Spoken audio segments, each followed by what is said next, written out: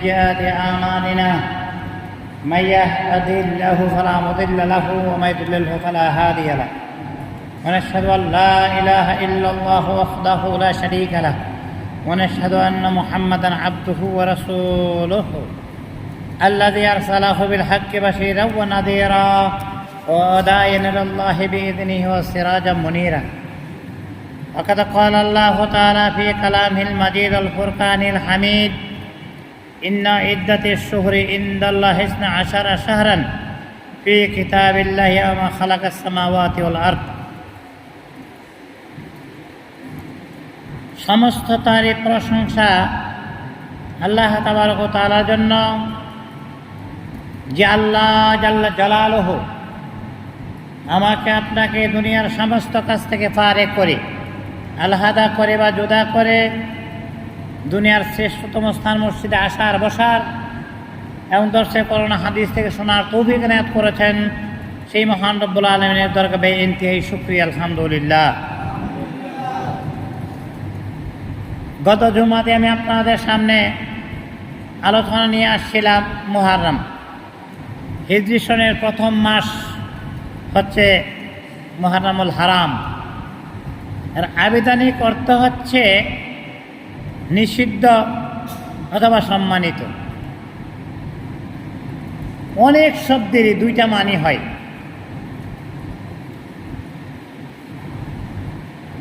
একটা লফজি আর একটা মুআবারা। একটা লুগাতি মানে আবিধানিক অর্থ, যেমন তালাক। তালাক শব্দের অর্থ হলো কেটে দেওয়া, বিচ্ছিন্ন করা। আর ইসলামী শরীয়তের পরিভাষায় স্বামী স্ত্রীর সম্পর্ক বিচ্ছিন্ন করার জন্য যে শব্দটি ব্যবহৃত হয় সেটা হচ্ছে তালাক। তো আবেদনিক অর্থ হলো নিষিদ্ধ অথবা সম্মানিত। জাহেলিয়াতের যুগ থেকেই এ মাসে যুদ্ধ বিগ্রহ, রক্তপাতের নিষিদ্ধ ছিল। মুসলমানদের মতো আরবের মুশরিকরাও যাবতীয় দ্বন্দ্ব, কলহ, যুদ্ধ বিগ্রহ এই মাসে বন্ধ রাখত, অর্থাৎ এই মুহররম মাসে বন্ধ রাখত। ফলে জিহাদ করা এ মাসে আর নিষিদ্ধ থাকে নাই। অর্থাৎ পরবর্তী সময়ে যখন ইসলামী হুকুমত জারি হয় তখন এটা রহিত হয়ে যায়। ফলে এই মাসে জিহাদ করতে পারবে না এমনটি রহিত হয়ে গেল। আর দ্বিতীয় অর্থ হল সম্মান প্রদর্শন। অর্থ সম্মান এবং আদব প্রদর্শন। এ মাসে বিশেষভাবে ইবাদতের প্রতি একটু যত্নবান হওয়ার বিষয়টি এটা বহাল আছে। কোরআনে কারীম ফুরকানে হামিদে আল্লাহ রাব্বুল আলামিন ইরশাদ করেছেন, এই মহান 4টি মাস, কোরআনে সম্মানিত মহান 4 মাসকে একত্রে উল্লেখ করে এভাবে বলা হয়েছে যে নিশ্চয় আকাশ এবং পৃথিবীর সৃষ্টির দিন থেকেই আল্লাহর বিধানে মাসের সংখ্যা 12টি। তন্মধ্যে 4টি বেশি সম্মানিত: জিলকদ, জিলহজ, মুহররম এবং রজব। এই 4টি মাস আল্লাহ তাবারক ওয়া তাআলার কাছে সব দিনই, তারপরেও যেভাবে সে তিলকা রসুল ফাদ্দালনা বা'দাহুম আলা বা'দ, একজন রসুলের উপর আরেক রসুলের মর্যাদা দিয়েছেন, এক হাতের উপর এক হাতের মর্যাদা দিয়েছেন। এরকমভাবেই আল্লাহ রাব্বুল আলামিন এমনটি করে দিয়েছে। তাহলে বলার অপেক্ষা রাখে না যে এই সমস্ত মাসের মধ্য থেকে রমজানের মর্যাদা অনেক, রমজানের মর্যাদা অনেক। বিশেষ করে যে হিতমি গত জুম্মাতে আপনাদের সামনে আলোচনা নিয়ে এসেছিলাম আশুরার ব্যাপারে, সহিহ হাদিস থেকে আবার এই কথাগুলো আমি আপনাদের সামনে পড়তে যাচ্ছি।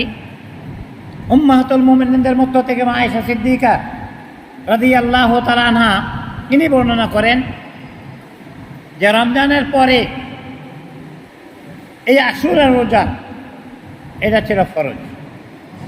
যেই মাত্র রমজান চলে আসছে এটা এখতিয়ার, রাখতেও পারে নাও রাখতে পারে, অর্থাৎ যার ইচ্ছা রাখবে, যার ইচ্ছা না রাখবে না। ফরজটা রহিত হয়ে গেছে, নফল হিসাবে তার মর্যাদা আল্লাহ তাবারক ওয়া তাআলার কাছে অনেক। অর্থাৎ আশুরের রোজা পূর্বে ফরজ ছিল, এখন সেটা মুস্তাহাব হয়ে গেছে। প্রিয় নবী সরকারে দো আলম জনাবে রাসূলুল্লাহ সাল্লাল্লাহু আলাইহি ওয়াসাল্লাম ইরশাদ করেছেন, আমি আশা রাখি, আল্লাহর হাবিব বলতেছেন আমি আশা রাখি, আশাবাদী যে আশুরার রোজার উসিলায় আল্লাহ রাব্বুল আলামিন আমার অতীতের 1 বছরের গুনাহ, যদিও মুহাদ্দিসিনে কেরাম বলেন যে সগীরা গুনার কথা এখানে বলা হয়েছে, 1 বছরের গুনাহ আল্লাহ রাব্বুল আলামিন মাফ করে দিবেন। মুসলিম শরীফের মধ্যে 179 নম্বর হাদিসে এমনটি আসছে। উম্মাতুল মুমিনদের মধ্য থেকে হযরত হাফসা রাদিয়াল্লাহু তাআলা আনহা, তেনাতে একটা হাদিসের মনে এরকমভাবে পাওয়া যায় যে আল্লাহর হাবিব এই কয়টা রোজা কখনো ছাড়েন নাই, তন্মধ্যে মধ্যে থেকে আশুরার একটা এবং জিলহজের 10 দিনের রোজা এবং প্রতি মাসে 3টে করে, যেগুলি আমরা বলি আয়ামবাদের নফল রোজা, 13, 14, 15, এবং ফজরের নামাজের যে 2 রাকাত সুন্নত নামাজ, এটাও ছাড়েন নাই। এইগুলি গুরুত্ব দিয়েছেন আল্লাহর হাবিব। হযরত আব্দুল্লাহ ইবনে আব্বাস রাদিয়াল্লাহু তাআলা আনহু জলিলুল কদর সাহাবী, তিনি বলেন, আমি সরকারে দো আলমকে জনাবে রাসূলুল্লাহ সাল্লাল্লাহু আলাইহি ওয়াসাল্লামকে আশুরার দিনে রোজা রাখতে আমি দেখেছি, এবং রোজাটা যত এরকমভাবে করেছেন, মাহে রমজানের রোজা যেরকমভাবে যত্নের সহিত পালন করেছেন, এরকমভাবে তিনি এই রোজাটা পালন করেছেন, যেটা অন্য কখন আমি দেখি নাই। সহিহ বুখারী শরীফের হাদিসে এরকমভাবে আসছে। হযরত আব্দুল্লাহ ইবনে আব্বাস রাদিয়াল্লাহু তাআলা থেকে আরেকটা হাদিসে বর্ণনা এরকমভাবে আসছে যে আল্লাহর হাবিব যখন মক্কা থেকে মদিনায় হিজরত করেন, ওইখানে যেয়ে দেখেন যে ওই দেশের লোকজন রোজা রাখতেছে। মদিনায় তো সীমানার পর দেখলেন মদিনায়, অর্থাৎ যারা ইহুদি ছিল, মুসা আলাইহিস সালামের বংশধর, মুসা আলাইহিস সালামকে যারা নবী মানত, তাদের কথা বলা হয়েছে, তারা আশুরের দিনে রোজা রাখে। আল্লাহর হাবিব জিজ্ঞাসা, কী ব্যাপার আপনারা এই দিনে রোজা রাখেন? এই দিনটা আমাদের কাছে অত্যন্ত প্রিয়। কেন? যে আমাদের নবী মুসা আলাইহিস সালাম ফেরাউনের অত্যাচার থেকে, ফেরাউনের অত্যাচার থেকে নাজাত পেয়েছিলেন, এবং ফেরাউন সেদিন ঘুমে মরছিল, এবং মুসা আলাইহিস সালাম শুকরিয়াতান এই দিনটাকে জ্ঞাপন করেন এবং এই দিনে রোজা রাখেন।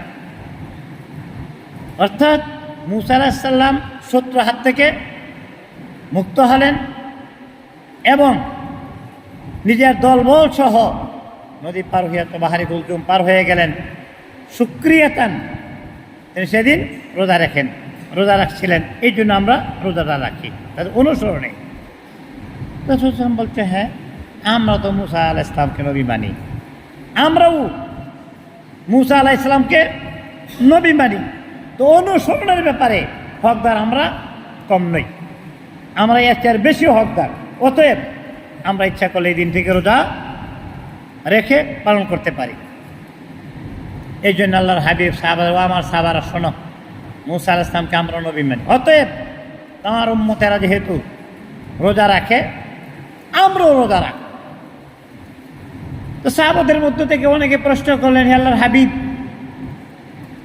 আমরা কি তাদের অনুসরণ করব? আল্লাহর হাবিব বলেন, না, খালিফুল ইয়াহুদা, ইহুদিদের মুখালেফ করো না, তাদের মতো তোমরা করবা না। তাহলে তারা রোজা একটা রাখে, আমরা 2টা রাখি। তারা রাখে 10ম তারিখে, 10ম দিনে, তারা 10ম তারিখে রোজা রাখে, আমরা 9, 10 অথবা 10, 11 এই 2 দিন রোজা ব্রত পালন করব। তার দৃশ্য তো বোঝা গেল কি, আমরা ইহুদিদের অনুকরণ করি না, আমরা করি না সেটা। অর্থাৎ ছিল একটা, ওনারা একটা করে, আমরা দুইটা করব। ইচ্ছা করলে কিন্তু আমরা সেটা পালন করতে পারি। এরকমভাবে বলা হয়েছে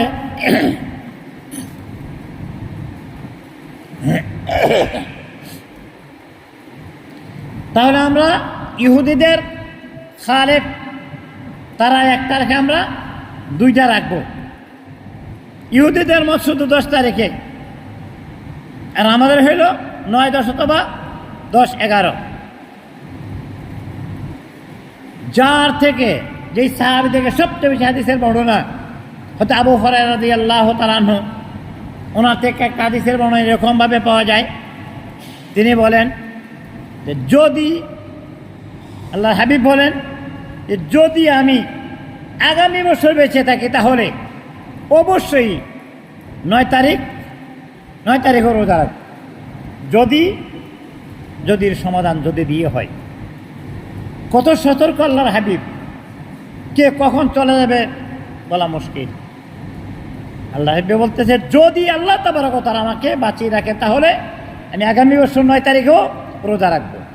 তাহলে আল্লাহর হাবিবের ইত্তেবা আমাদের জন্য করণীয় হয়ে গেছে। বিদায় আল্লাহর হাবিব রাখতে বলেছেন এবং ইনি রাখছেন, আমরাও রাখতে চেষ্টা করব। যেহেতু এটা আমাদের জন্য হুকুম হয়ে গেছে, অর্ডার হয়ে গেছে, এই জন্য রাখা দরকার। অন্য একটা এরকমভাবে আসছে, আকসার নবী আলাইহিস সালাতু ওয়াস সালাম এই দিন অর্থাৎ আশুরার দিন রোজা রাখছেন। অধিকাংশ নবীগণ এই দিনে রোজা রাখছেন। এই জন্য সাহাবায়ে কেরাম এই দিনটির প্রতি ছিলেন অত্যন্ত যত্নশীল। এখন আমিরে মুআবিয়া, হয়তো আমিরে মুআবিয়া ছোট চোখে দেখার অবকাশ নাই। সাহাবী, যদিও এজিদের বাবা, তারপরও আমিরে মুআবিয়া সাহাবী। কেমন সাহাবী? কাতেবে ওহী, যিনি ওহী লিখতেন, এমন সাহাবী। তিনি এক সময় মদিনা শরীফে খুতবা প্রদান করছেন।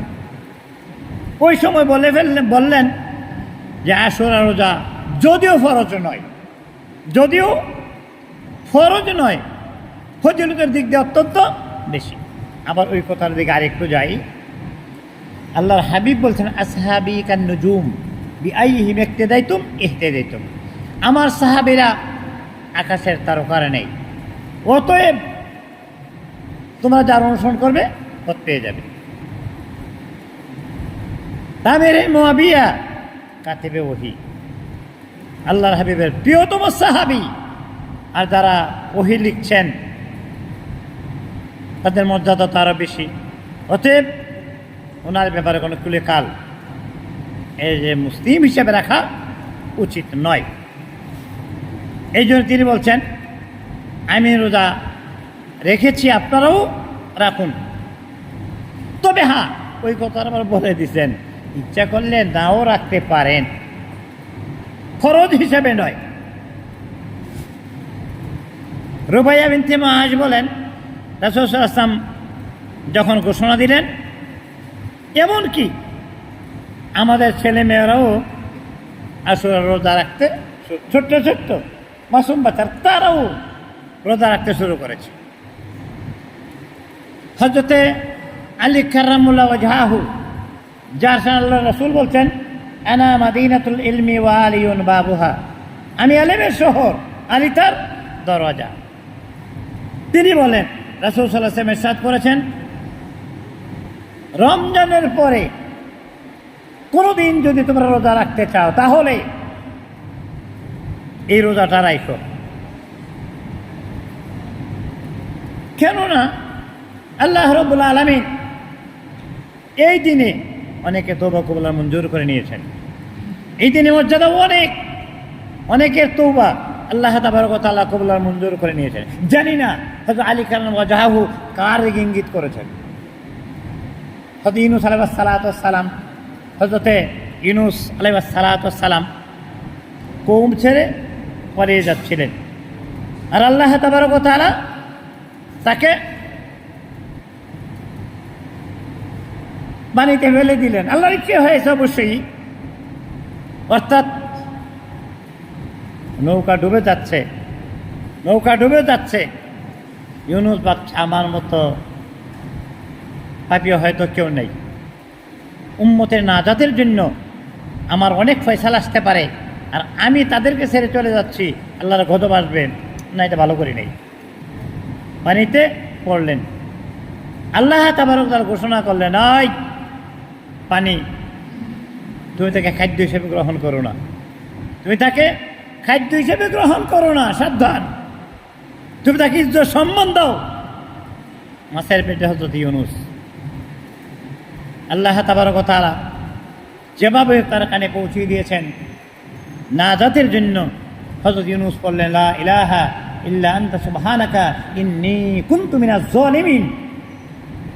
বাস, আমি যে কথা অনেক সময় বলি, আসামি যদি তার নিজের দোষের কথা স্বীকার করে, তার শাস্তি গুরুতর হয় না, লঘুতর হয়, রাজসাক্ষী হিসেবে মাপ পেয়ে যেতে পারে। হযরত ইউনূস আল্লাহ তাবারক ওয়া তাআলার কাছে ক্ষমা চেয়েছেন, মাপ চেয়েছেন, আল্লাহ তাবারক ওয়া তাআলা কবুল মঞ্জুর করে নিয়েছেন। ফাসতাজাবনা লাহু ওয়া নাজ্জায়নাহু মিনাল গাম্মি ওয়া কাযালিকা নুনজিল মুমিনিন। হযরত আলী কারাম ওয়াজহ থেকে এইটি বর্ণনা যে তিনি বলেছেন যে যদি কেহ রমজানের পরে তখন রোজা রাখতে হচ্ছে, তাহলে আশুরা রোজা পালন করবে।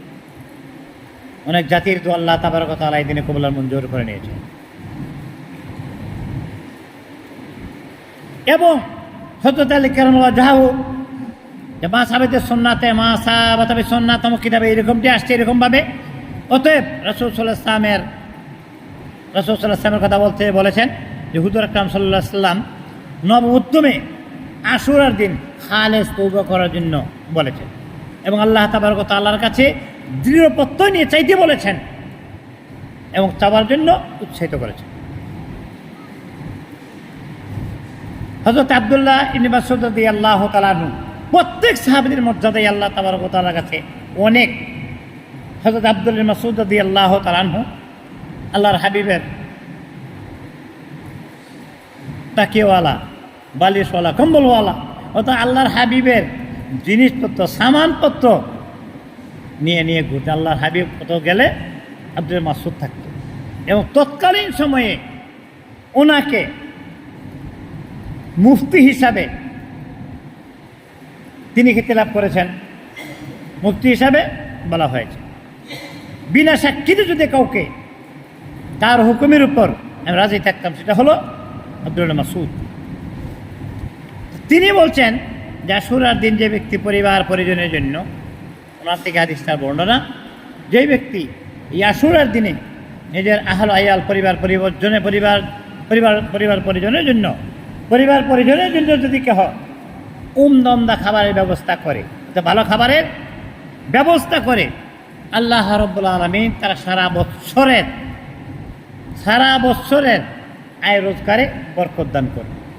তা আমরা তো যখন দোয়া করি এইভাবে করি, আল্লাহ সন্তান সন্ততিতে বরকত দাও, মাল আসবাবে বরকত দাও, বরকত আলা মাল ফরজন্দ আদা ফরমা, আমরা অনেক সময় এটা বলে থাকি। সেই জন্য ভালোভাবে এই মাসটাকে মনে রাখা উচিত।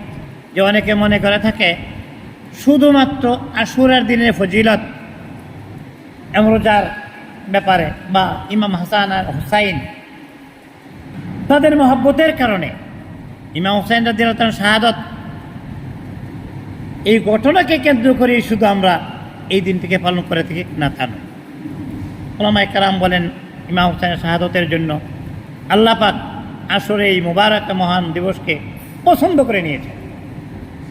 যেই দিনে ইউনূস আলাইহিস সালামের দোয়া কবুল হয়েছে, মূসা আলাইহিস সালামকে আল্লাহ তরিয়ে দিয়েছেন, নূহ আলাইহিস সালামকে উদ্ধার করেছেন ইব্রাহিমের আগুন থেকে, নাজাত দিয়েছেন। এই দিনটি শাহাদাতের জন্য আল্লাহ রাব্বুল আলামিন কবুল মঞ্জুর করে নিয়ে শাহাদাতের মর্যাদাকে বহু বহু গুণে বৃদ্ধি করে দিয়েছেন। তাহলে এই মাসে পুরো মাসটাতেই আমাদের জন্য কিছু করণীয় অবশ্যই আছে। যে কথাটা এতক্ষণ বলা হলো আশুরার রোজা। 2, বেশি বেশি করে ইস্তেগফার করা, অর্থাৎ আল্লাহ তাবারক ওয়া তাআলার কাছে মাপ চাওয়া, আল্লাহ তাবারক ওয়া তাআলার কাছে মাপ চাওয়া, তওবা করা। আল্লাহর হাবিব বলেন আত-তাইবু মিনাজ যামবি কামা লা যামবা লাহু, তওবাকারী ব্যক্তি এরকম যেন সে গুনাহই করলো না। এই জন্য এই মাসে তওবা আল্লাহ তাবারক ওয়া তাআলার কাছে বেশি কবুল মঞ্জুর হয়ে যায় বিদায় যে যত পারি আমরা বেশি বেশি করে কি করব, তওবা করব। এবং যদি সম্ভব হয় মুস্তাহাব আমলের দ্বারা আল্লাহ তাবারক ওয়া তাআলা মর্যাদা বৃদ্ধি করে দেন। মুস্তাহাব আমলের দ্বারা আল্লাহ তাবারক ওয়া তাআলা মর্যাদা বৃদ্ধি করে দেন। অতএব আমরা যদি এই কথা মনে না করি একটা মুস্তাহাব আমল না করলে কি হবে, না, এটাও করা উচিত।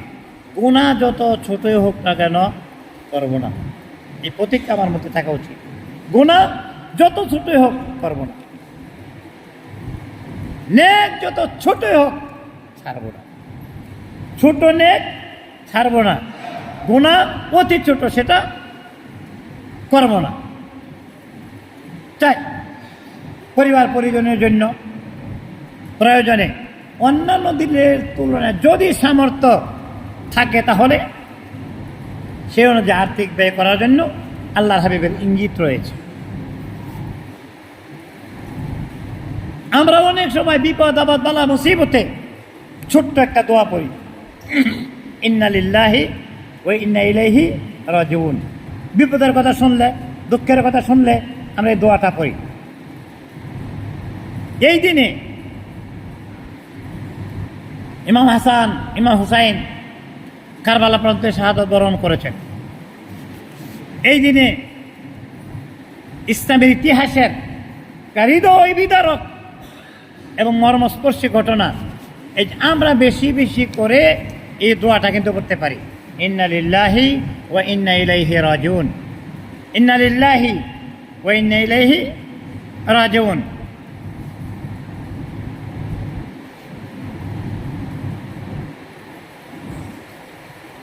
একটা মাস্টার ব্যাপারে বলে রাখা দরকার যে 9 এবং 10, 9 বা 11ই মহরম, অর্থাৎ আগের দিন অথবা পরের দিন যে কোনো একদিন রোজা রাখাই যথেষ্ট, নতুবা আশুরার রোজা রাখা মুকরুহ হবে।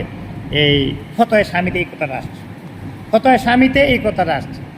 2টা রাখা উচিত, 10-এর সাথে মিলাইয়া 11, 9, 9, 10। নচেত সেটা মাস্তার কিতাবে আসছে, ফতোয়া স্বামীতে আসছে, মারাকেল ফালাতে আসছে, এটা মুকরুহ হবে। তবে ফতোয়ার কিতাবে এরকমটিও আসছে, অর্থাৎ সবচেয়ে উত্তম হলো 9 এবং 10 ওই দিনটা মিলান। রোজা রাখার ক্ষেত্রে ওই দিনে মিলানের এমদাদুল ফতোয়াতে রাখছে যে 9 এবং 10 উত্তম। তারপর দিনটা এই হলে তাহলে 10-এর সাথে 11 কথা বলা হয়েছে।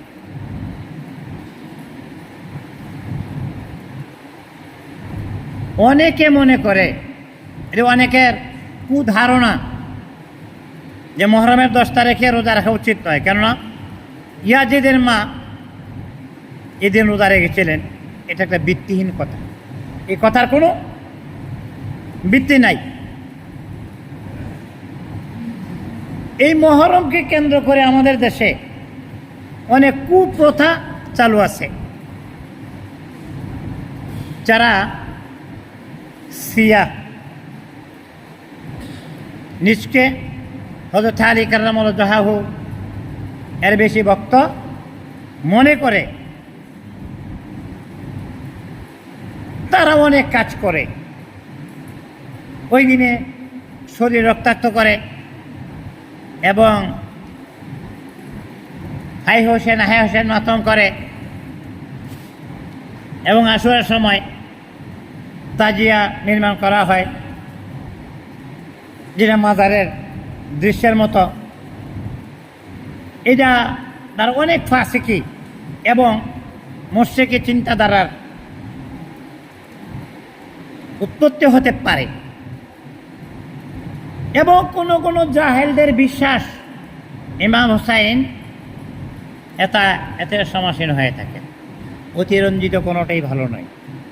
যেমন আমরা যারা মিলাদকে সমর্থন করি, এই কথা মনে করি না আল্লাহর হাবিব হাজির নাজের মনে করি না। গত আলোচনাতে আমি দুরুদের কথা বলতে গিয়ে বলেছিলাম যে আমরা যখন দুরূদ শরীফ তেলাওয়াত করি, দুরূদ আল্লাহর হাবিব পর্যন্ত পৌঁছানো হয়, ফেরেশতা পৌঁছে দেয়, আল্লাহর হাবিব এখানে চলে আসেন। ইমাম হোসেন তাজিয়া, এই বিশ্বাস যদি হয় যে এতে নজর নেয়াজ তাজিয়া বানানো হয়, তার পায়ের কাছে নজর নেয়াজ দেওয়া হয়, আল্লাহকে ছাড়া গায়রুল্লাহর নামে যদি নজর নেয়াজ পেশ করা হয়, সেটা শিরকের অন্তর্ভুক্ত। শিরক সবচেয়ে জঘন্যতম অপরাধ, সবচেয়ে জঘন্যতম পাপ। হযরত লোকমান নিজের ছেলেকে উপদেশ দিতে বলছে, ইয়া বুনাইয়া লা তুশরিক বিল্লাহ ইন্না শিরকা লাযুলমুন আযীম। হে আমার বৎস, সাবধান, আল্লাহর সঙ্গে কাউকে শরীক করো না, নিশ্চয়ই সে জঘন্যতম অপরাধ।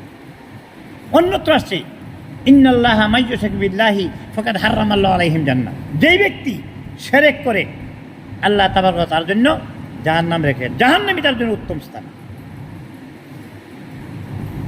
সেই জন্য শিরক, গায়রুল্লাহর নামে যদি মান্যত করা হয়, এমনও যদি হয় গায়রুল্লাহর মান্যত করলে সেটা পরিচালন হয়ে গেছে, মান্যত দেওয়া লাগবে না, মান্যত আদায় করা লাগবে। তাজিয়ার সামনে হাত জোর করে দাঁড়ানো, তাদেরকে পিঠ না ফেরানো। অনেক দরবারে দেখেছি জুতা পায়ে দিয়ে যাওয়া যাবে না, জুতা পায়ে দিয়ে যাওয়া যাবে না, ওই ফিরতা এইভাবে আসতে থাকে। বিদায় তওয়াফের সময় তো অনেককে দেখেছি পিছনে আসতে আসতে হেরেম দেখতে দেখতে দেখতে দেখতে তারপরে আসে। এইটাও ঠিক না। অতএব সাফ কথা, আল্লাহ ছাড়া গায়রুল্লাহ নামে যদি কুরবানিও করে, তার গোশত নিষেধ। আর ওই দিন তো ডোল ডকর বাজি, হ্যাঁ, ডোল তওয়া যাব, এইগুলি বিলেত্তেফাক আসছে আমাদের সামনে, গনিয়ে আসছে আমাদের সামনে 10ই মুহররম,